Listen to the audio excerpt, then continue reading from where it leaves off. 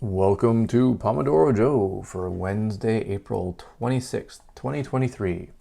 Today we're doing LeetCode problem 258, add digits.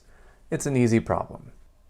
So given an integer, num, repeatedly add all its digits until the result has only one digit and return it. Pretty simple. So we have an example, 38, we add 3 plus 8. It's going to be 11, then we add 1 and 1, and that gives us 2. So we return 2. Great. Okay, it looks like all the numbers are between 0 and 2 to the 31st minus 1. So they're positive. With that, we'll put 25 minutes on the Pomodoro timer, and we'll get started. So for this, I think the first thing we'll do is go recursive. If there's time, we can also do an iterative solution. So with a recursive solution, we'll have our base case first, and that's if our number already is one digit, then we'll just return it. So let's see, how do we know if it's one digit? Well, if it's under 10, then it's one digit. All right, then we can just return num. So that's our base case. If our number is already just one digit, meaning it's less than 10, then we just return that number. Otherwise, now we need to actually go through and add up all these numbers. I think I'll keep track of the current number and the next number. So the current number, which will be num, and then the next number that it will turn into once we add all its digits. So let's see.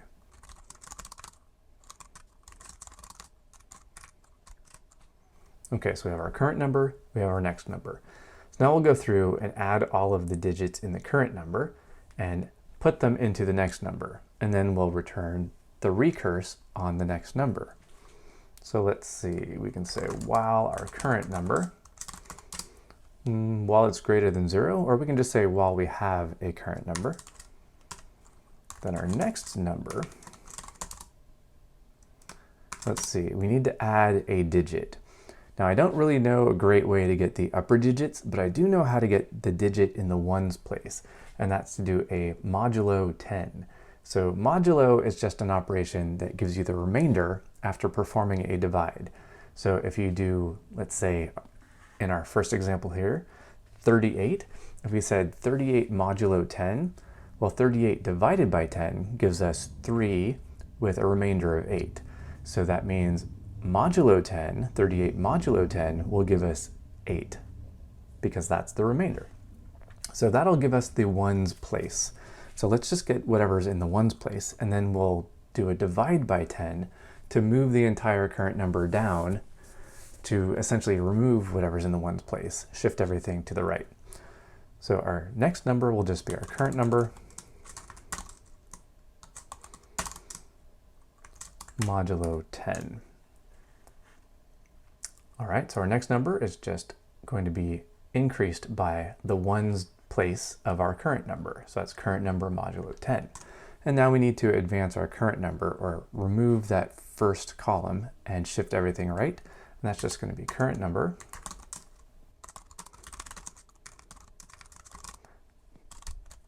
so that's going to be our current number will be equal to our current number integer divide by 10. We don't want to have a floating point. We want to do an integer divide by 10. So in that case, we would have 38 divided by 10, which is just 3. And so that basically gets rid of whatever's in the ones place, and whatever remains will be shifted, will essentially be our number shifted over. And now at the end here, we've gone through, we've created this new next number. We have to recurse. So we'll just return our recurse call.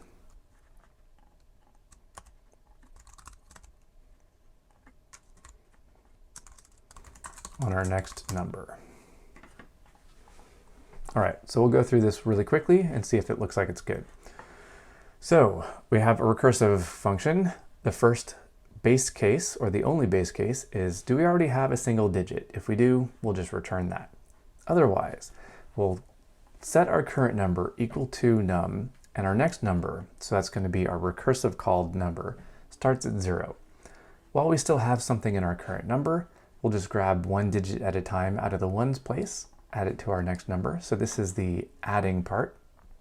Add all its digits. Once we've added all the digits, then we can do a recursive call on that function to add all the digits again, finally, at some point, we'll reach a single digit and we'll return that. All right, let's see if this works. Okay, it works. Let's see if we can pass all the tests. And we pass. We don't do great, but we do all right. We beat 18% for runtime and 36% for memory. Actually, that's a 39% for memory, even better.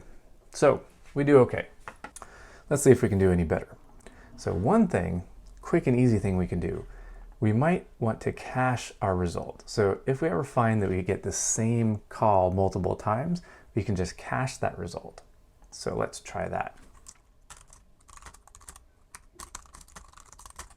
So this is a little bit of advanced Python, but caching, so we have this functools library, and it has this caching function decorator. So that's something that you'll put before your function. You use the @cache. So what cache will do is if it hasn't seen this input before for this function, it will actually run the function, but cache the result. If it's already seen the same input before, it will just return the cached result instead of having to run the entire function again.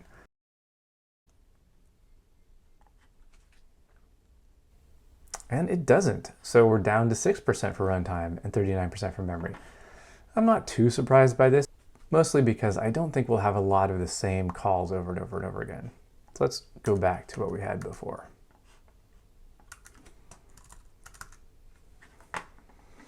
Okay, one other thing we could try to do here, instead of calling this recursive call, if we have a single digit here, we could just return early. That will save us one function call. So we could try doing something like this.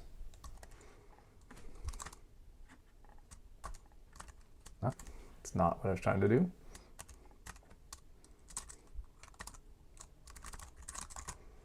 All right, so this might save us a little bit because we're avoiding one recursive call. We'll just do the recursive call if the next number is greater than 10. Otherwise, we'll just return the next number.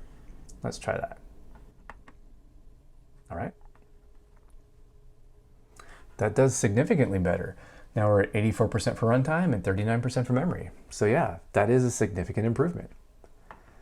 Okay, one last thing that we can try, and then I'm going to call it because this one's an easy one, so you can play around with this one a little bit on your own. Instead of doing this divide, divides are typically an expensive operation. So instead of doing this whole modulo and divide, we could take the entire number and just turn it into a string, which lets us index each individual digit. That might save us some time. So let's try that.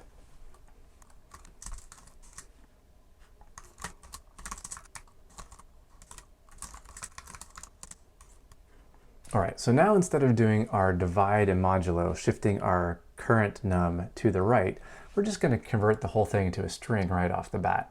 Then we'll go through every character in that string.